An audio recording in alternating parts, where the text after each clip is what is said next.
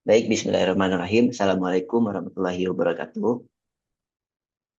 Baiklah, pada hari ini kami dari kelompok 3 akan menyampaikan hasil diskusi kami mengenai data visualization atau visualisasi data.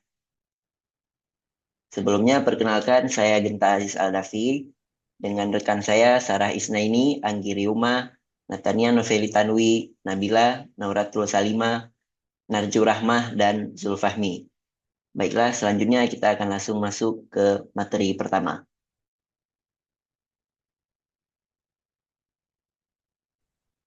Baik, di sini saya akan menjelaskan apa itu visualisasi data. Visualisasi data adalah salah satu komunikasi visual modern yang dapat menjadi solusi menyajikan suatu data agar lebih mudah dipahami. Dari segi bahasa bisa diartikan tampilan visual berupa grafik, informasi, dan data tertentu. Selanjutnya saya akan membahas tentang manfaat dari visualisasi data. Manfaat pertama adalah membuat keputusan yang strategis pada para pemangku kepentingan utama dan manajemen tingkat atas menggunakan visualisasi data untuk menafsirkan data dengan jelas. Selain itu, mereka bisa menghemat waktu dengan analisa data yang lebih cepat dan kemampuan untuk memvisualisasikan gambaran yang besar. Yang kedua adalah peningkatan layanan pelanggan. Visualisasi data menyoroti kebutuhan dan keinginan pelanggan melalui representasi grafis.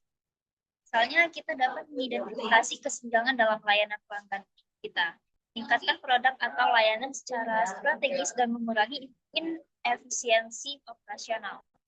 Ketiga, yaitu peningkatan keterlibatan karyawan. Teknik visualisasi data berguna untuk komunikasikan hasil analisis data pada tim besar. Seluruh tim dapat memvisualisasikan data bersama untuk mengembangkan tujuan dan rencana yang sama. Ya, sekian dari saya, akan dilanjutkan oleh teman saya. Oke, kemudian saya akan menjelaskan langkah-langkah proses visualisasi data. Yang pertama, tentukan tujuannya. Kita dapat menentukan tujuan visualisasi data dengan mengidentifikasi pertanyaan yang berpotensi dijawab oleh set data yang ada.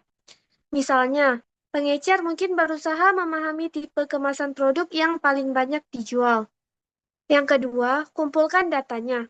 Pengumpulan data melibatkan identifikasi sumber data internal dan eksternal. Misalnya, kita dapat mengumpulkan volume penjualan historis, kampanye pemasaran, dan data pengemasan produk untuk menemukan kemasan terbaik. Yang ketiga, bersihkan data. Pembersihan data melibatkan penghapusan data yang berlebihan, melakukan operasi matematika untuk analisis lebih lanjut, atau menyaring dan mengonversi data untuk memenuhi kriteria pertanyaan. Misalnya, kita dapat menghapus data volume penjualan dari bulan-bulan liburan dan setelah kampanye pemasaran untuk mengidentifikasi penjualan rata-rata berdasarkan tipe kemasan. Baik, langkah keempat, pilih visual data. Di sini kita menentukan jenis visualisasi seperti grafik batang atau peta berdasarkan kebutuhan informasi dan audiens. Jenis visualisasi sendiri ada dua, yaitu visualisasi statis, memberikan representasi tetap dari data, contohnya itu infografis, diagram batang, dan lingkaran. Kemudian ada visualisasi interaktif.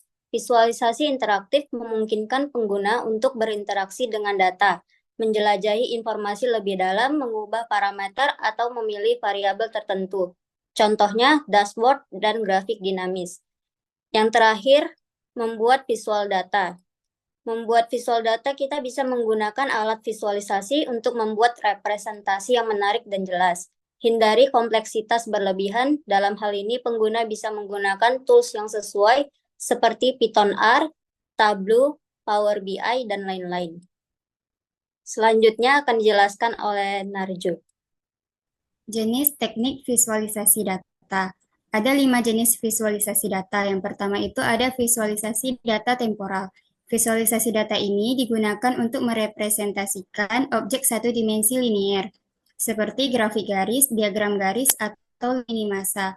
Misalnya, kita dapat menggunakan diagram garis untuk menunjukkan perubahan yang terjadi secara terus-menerus selama periode tertentu. Selanjutnya, beberapa garis pada diagram garis akan menunjukkan berbagai faktor yang berbeda pada periode yang sama. Yang kedua, visualisasi data hierarkis. Visualisasi data ini merujuk pada sekelompok atau seperangkat item yang memiliki hubungan yang sama dengan item induk. Kita dapat menggunakan data hierarkis ini untuk menampilkan klaster informasi. Misalnya, kita dapat menunjukkan jumlah data inventaris dalam bentuk pohon dengan simpul induk dan simpul anak. Simpul induk contohnya pakaian, dan simpul anak contohnya kemeja, celana, dan kaos kaki. Yang ketiga, ada visualisasi data jaringan. Visualisasi data ini digunakan untuk merepresentasikan hubungan yang kompleks di antara berbagai jenis data yang saling terkait. Misalnya, plot sebar yang merepresentasikan data dalam bentuk titik-titik pada suatu grafik, bagan gelembung yang menambahkan faktor data ketiga pada plot sebar, dan awan kata yang merepresentasikan frekuensi kata menggunakan kata dengan ukuran yang berbeda. Selanjutnya akan dilanjutkan oleh Zulfahmi. Oke, yang keempat ada visualisasi data multidimensi. Visualisasi data multidimensi mempresentasikan dua atau lebih variabel dalam bentuk data gambar 2D atau tritunggal. Contoh populer dari visualisasi ini adalah diagram batang, diagram lingkaran, dan grafik batang bertumpuk. Misalnya, diagram batang membandingkan dua atau lebih faktor data dan menunjukkan perubahan satu variabel selama periode tertentu. Diagram lingkaran memvisualisasikan bagian dari keseluruhan dalam setiap kategori.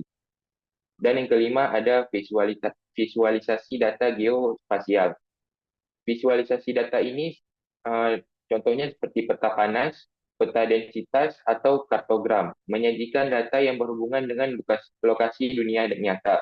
Misalnya, suatu visualisasi data menunjukkan jumlah pelanggan yang mengunjungi cabang toko retail yang berbeda. Oke, selanjutnya akan dijelaskan oleh teman saya.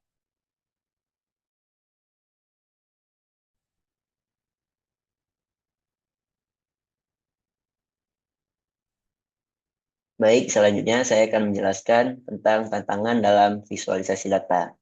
Terdapat beberapa tantangan yang mungkin ditemui dalam proses visualisasi data. Yang pertama, penyederhanaan data yang berlebihan. Penyederhanaan data memang bertujuan untuk membuat visualisasi data menjadi lebih mudah dipahami. Namun, jika proses ini dilakukan secara berlebihan, justru akan menjadi tantangan. Mengapa? Karena penyederhanaan data yang berlebihan dapat menyebabkan kehilangan konteks, distorsi informasi, serta mengurangi nilai analisis. Oleh karena itu, diperlukan keseimbangan yang tepat antara menyederhanakan data agar mudah dimengerti tanpa mengorbankan integritas dan kekayaan informasi yang ada. Selanjutnya, pemilihan jenis visualisasi data.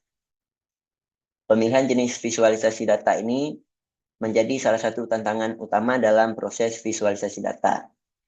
Kesesuaian data diperlukan terhadap kesesuaian data. Selanjutnya, pemilihan jenis visualisasi data. Pemilihan jenis visualisasi yang tepat dapat menjadi salah satu tantangan utama dalam proses visualisasi data. Beberapa alasan yang menyebabkan pemilihan jenis visualisasi data ini sangat penting. Yang pertama, kesesuaian dengan data. Tidak semua jenis visualisasi cocok untuk semua jenis data. Kemudian perlu dilihat juga tujuan dari visualisasi tersebut. Jenis visualisasi harus sesuai dengan tujuan presentasi data. Kemudian audiens. Visualisasi harus sesuai dengan tingkat pemahaman dan juga kebutuhan audiens. Visualisasi yang terlalu kompleks atau teknis bisa membingungkan audiens non-teknis. Kemudian tantangan selanjutnya adalah kualitas data. Kualitas data memegang peranan penting dalam menentukan keberhasilan visualisasi data. Terdapat beberapa cara yang dapat dilakukan agar kualitas data dalam proses visualisasi data mendapatkan kualitas data yang terbaik. Ada akurasi, kelengkapan data, konsistensi data, kebersihan dan relevansi data yang divisualisasikan. Kualitas data yang baik memastikan bahwa visualisasi tidak hanya menarik secara visual, tetapi juga menyampaikan informasi yang akurat dan berharga. Demikian penjelasan mengenai tantangan dalam visualisasi data.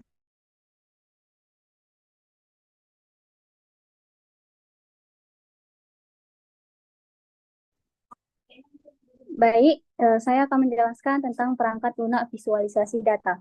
Ada beberapa yang harus dicari saat memilih perangkat lunak visualisasi data. Yang pertama adalah dukungan infrastruktur.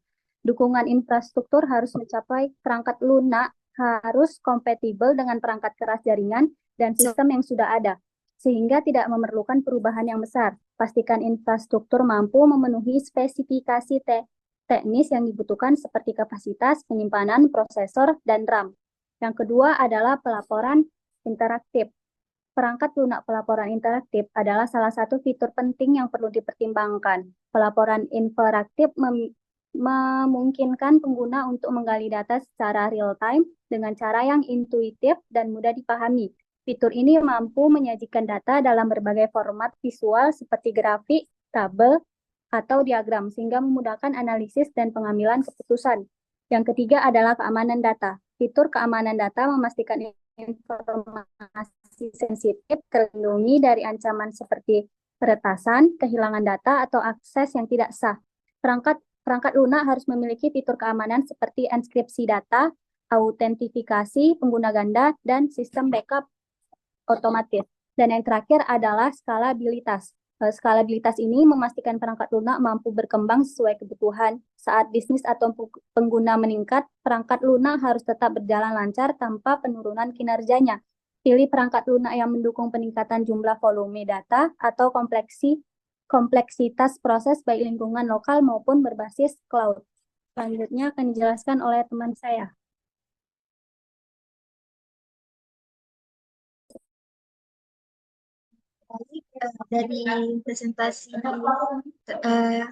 Dari presentasi kami hari ini dapat diambil kesimpulan visualisasi data adalah tampilan berupa grafis atau visual dari informasi dan data. Visualisasi data merupakan alat penting dalam pengelolaan informasi modern.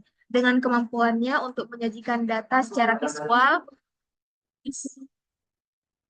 visualisasi data tidak hanya meningkatkan pemahaman, tetapi dapat mempermudah pengambilan keputusan yang berbasis data dalam berbagai bidang seperti bisnis, kesehatan, pendidikan, dan sebagainya. Visualisasi data menjadi kunci untuk mengidentifikasi tren, berkomunikasi secara efektif, dan membuat keputusan yang lebih baik. Selanjutnya akan saya kembalikan ke moderator. Baik, terima kasih teman-teman. Demikian presentasi kami mengenai visualisasi data. Semoga bermanfaat bagi kita semua. Terima kasih. Assalamualaikum warahmatullahi wabarakatuh.